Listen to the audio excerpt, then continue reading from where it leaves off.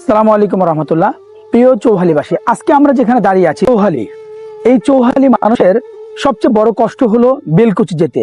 যদিও বেলকুচি, চৌহালি, ইনায়তপুর মিলে হলো সিরাজগঞ্জ 5, কিন্তু এরা যখন স্বাভাবিক প্রয়োজনে যখন বেলকুচিতে যায় বা ইনায়তপুরে যায়, এই নৌকাই হলো তাদের জন্য মেইন বাহন।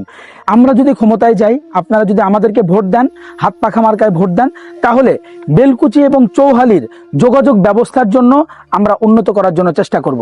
আমাদের একটা প্ল্যান আছে চৌহালিকে নিয়ে, সেটা হলো বেলকুচি এবং চৌহালির যে যাতায়াতের অন্যতম একটা মাধ্যম নৌকা।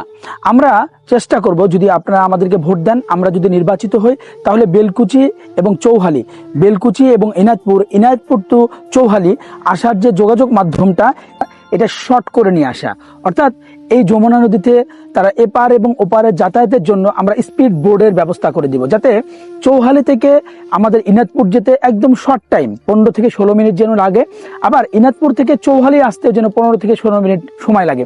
এজন্য আমরা সরকারিভাবে এখান থেকে ট্রান্সপোর্টের ব্যবস্থা করে দিব, যাতে করে দ্রুত আমরা এখানে যোগাযোগ ব্যবস্থা স্থাপন করতে পারি। সেটার মেন প্ল্যান হলো আমরা এখানে আপনাদের জন্য, অর্থাৎ চৌহালি এবং ইনায়তপুর এবং বেলকুচিবাসীর জন্য এখানে স্পিড বোর্ডের ব্যবস্থা করে দিব।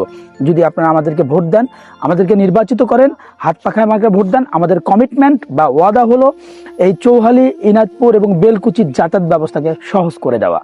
এইবার আর ভুল করা ভাই যাবে না, ভুল করিলে সুখের দেখা পাবে না। দেখে শুনে ঠিক জায়গায় সিল মারো, ইনসাফের মার্কাটাকে উঁচু করো।